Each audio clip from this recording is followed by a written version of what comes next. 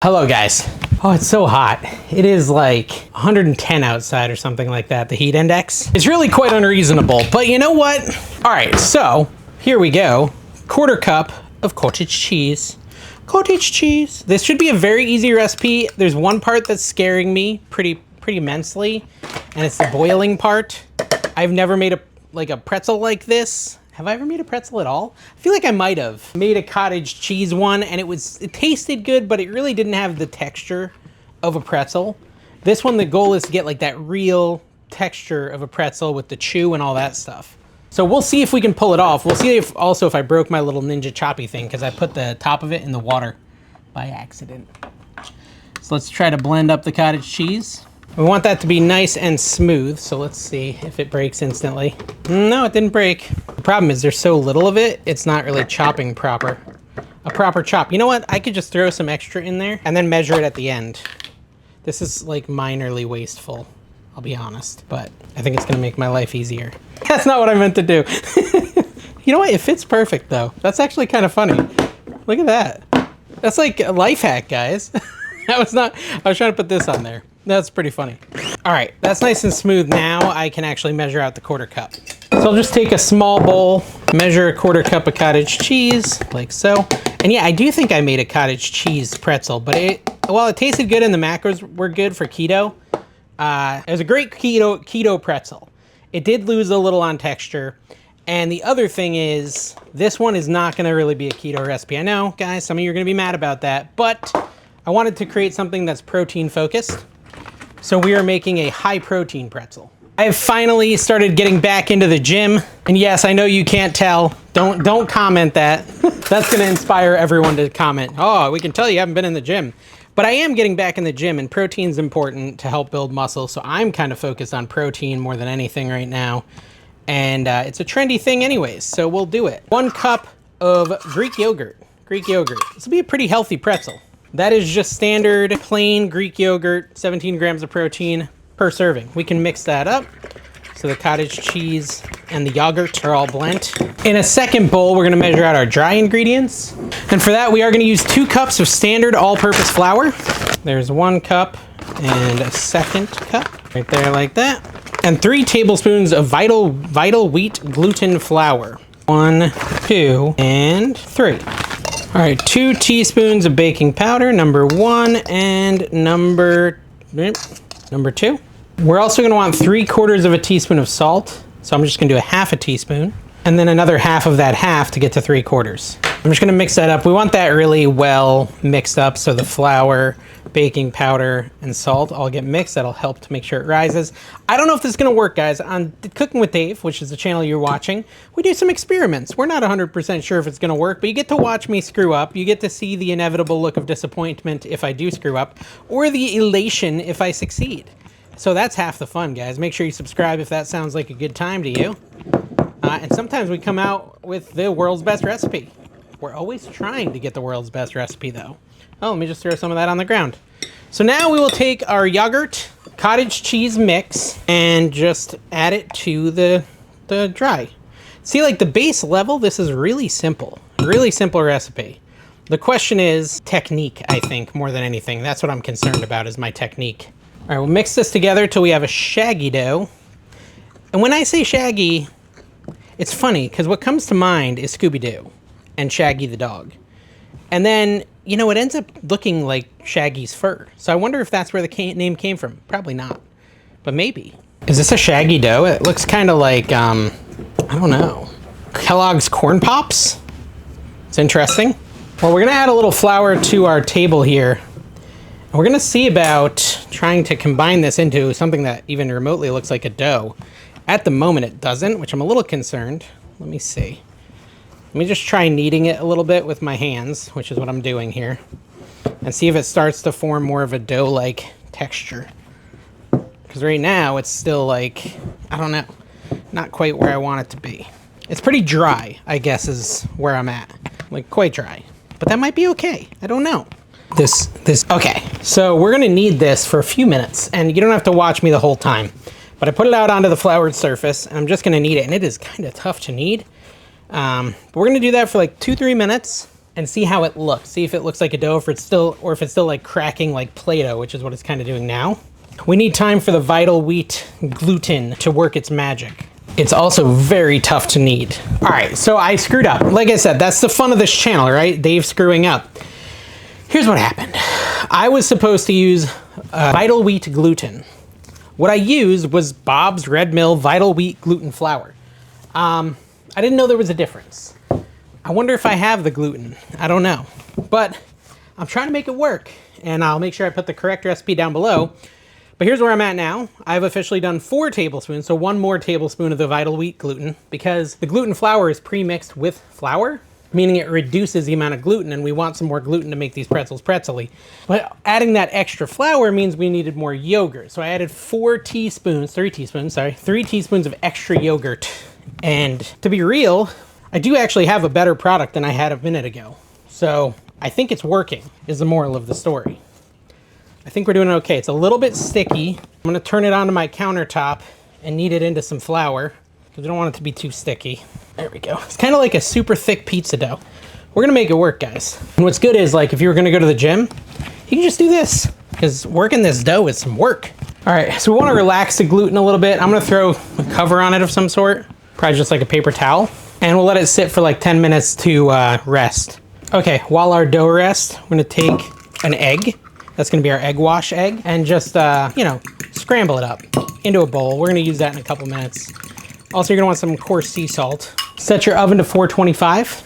All right, so I've got a big old cookie sheet with some parchment paper on it. My dough has been resting for a little bit, and we're going to divide it into 6 even pieces if we can. 1, 2, 3, 4, 5, 6. Okay, that's pretty close.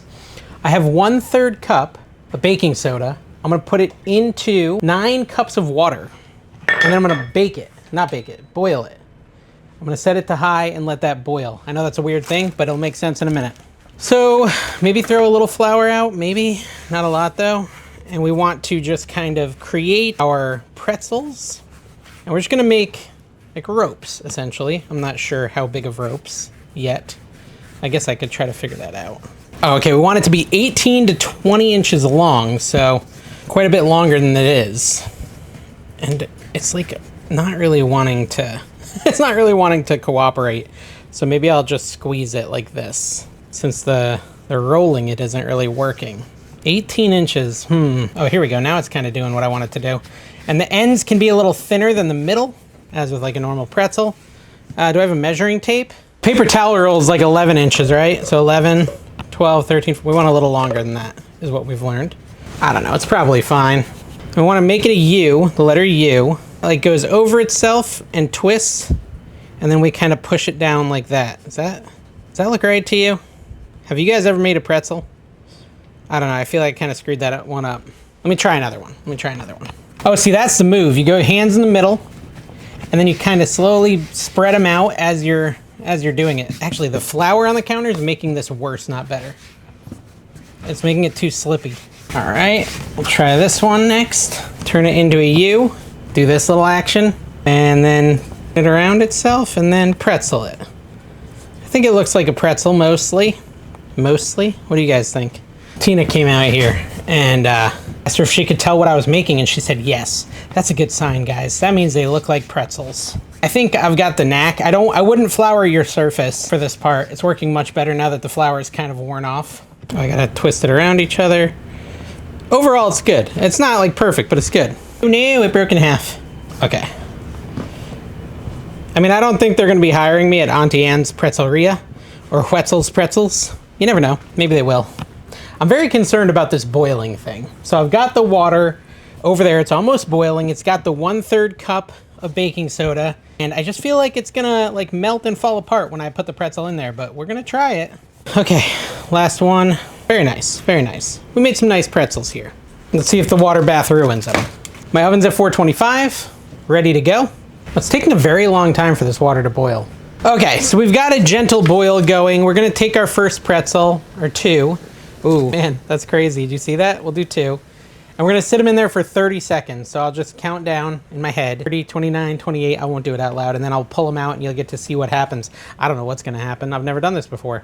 All right, let's see if they like melted or anything. Okay, there's one. Very interesting. What do you guys think? Is this crazy? Are we doing crazy stuff here? Let's try the next two. They didn't like fall apart. They did like blow up a little though. And that one has like bubbles on it. Can you see it? Yeah, you can see it. All right, this is really kind of cool. I've never done this before. I'm having fun though. I feel like I'm doing a science experiment. They're very slimy, which I think is okay. It's kind of hard to find them. Where did it go? Oh gosh, I've lost it. I found it. Slotted spoon is good because you can kind of get some of the excess liquid off. This makes me want to tackle like bagels. That would be kind of fun. A protein bagel that we actually boil like New York style. All right, so let's let these sit for about a minute. Actually, these ones are already at a minute, so we should already be able to kind of mess with these ones. So what we want to do is we want to take our egg wash that we made and just really thoroughly cover that bagel that has gone into the alkaline bath. That's what it's called, an alkaline bath. Like so, with the egg wash. And just load it all up with eggy goodness. I'll do these middle ones next, and then we'll move to the ones we took out last, because I want them to sit for... Actually, I might add the salt to the first two. And I'm just using coarse salt, and I'm just gonna salt them up. It's a salted pretzel after all. Now, of course, it's optional, and you probably could make like a cinnamon sugar one if you wanted to. But the important part is we've got a high protein pretzel coming in just a few minutes, guys. I am pretty excited about this. We've got a special topping we're gonna make for it as well, or like dipping sauce. And I'm thinking I'm gonna melt some butter, and when these come out, just kind of do a layer of butter wash on top of it. And these might be record-breakingly delicious protein pretzels. All right, I feel like I have salt on everything. I can always add more salt later. I don't wanna go too crazy. Center rack of the oven for about 12 minutes. And while that cooks, we'll make our dipping sauce. All right, so 1/3 cup of Greek yogurt into a bowl. This is gonna be just a quick honey mustard, a healthy honey mustard. 1 tablespoon of either just standard yellow mustard or Dijon. I'm just gonna use standard yellow because it's what I found. And about a teaspoon, 2 tablespoons, I can't word properly. 2 teaspoons of honey, which I'm pretty short on honey, so I'm gonna go straight into it, so I don't waste any getting stuck in the bottom of my thing. That's probably 1 teaspoon and 2. And then a pinch of salt. Mix it up, and then I gotta clean my mess a little bit while we finish waiting. But that should be a nice, easy homemade honey mustard for our pretzels. Oops, spilling. You can taste it and add to it. Add more honey, add more mustard, whatever. All right, guys, it's been 16 minutes. The room is smoky. I think that's probably the like baking soda mix and the egg wash kind of like smoking up. We're gonna pull these out and see if we have pretzels. Ooh, hey, look at that. I would say we have some pretzels on our hands. And I did melt up a little butter because I don't think it's a real pretzel if you don't have that butter wash like Auntie Anne's pretzels. But that's optional, of course. So I'm just gonna layer the butter on top here. They look pretty darn good. Pretty good. You know, they're not perfect. My shaping isn't quite as good as Auntie Anne's, but these are protein pretzels. Look at these. How hot are they? Pretty hot. Also, are they stuck? Let's see if they're stuck. And if they're stuck, how stuck are they? I don't know. Is this gonna be what maybe I need to let it cool. But I'm worried that like, it'll get harder, not easier. So let's just make sure these puppies peel off in some way, shape, or form. Oh man. Oh man, this is a problem. This is a real problem. What in the world? They're stuck. So I think these are gonna come off pretty easy once it cools. I was trying to get at them now, but I don't think I can. I think I gotta let it cool. I'd love to try just a taste. It's so hot though. Yeah, I gotta wait. I'll be back in 10 minutes. All right, listen, don't judge me. I already tried the pretzels. I didn't have the cameras turned on and I wanted to try them and I got a piece off and I wanted to try it. It is so freaking good. It is amazing. It's just like a normal pretzel, but loaded with protein. I highly recommend these, but I also highly recommend using like a silicone cookie sheet. I'm talking like these things, you know what I'm talking about, where it's like flexible? Because this parchment paper is a freaking nightmare. I can't get the stuff off. I actually did, you can see on this one, I got it off. And so I actually have just a normal pretzel. But honestly, like, see on the edge, there's still like a little texture of parchment paper. Yeah, look, there's still a little parchment paper right there. So don't use parchment paper. it's still fine. Take it apart like that. And I mean, look at that doughy goodness. The honey mustard is delicious. Now, I've read online that if you let it completely cool, it'll come off the parchment paper pretty easy. But I'm impatient and starving. I've been waiting for this all day.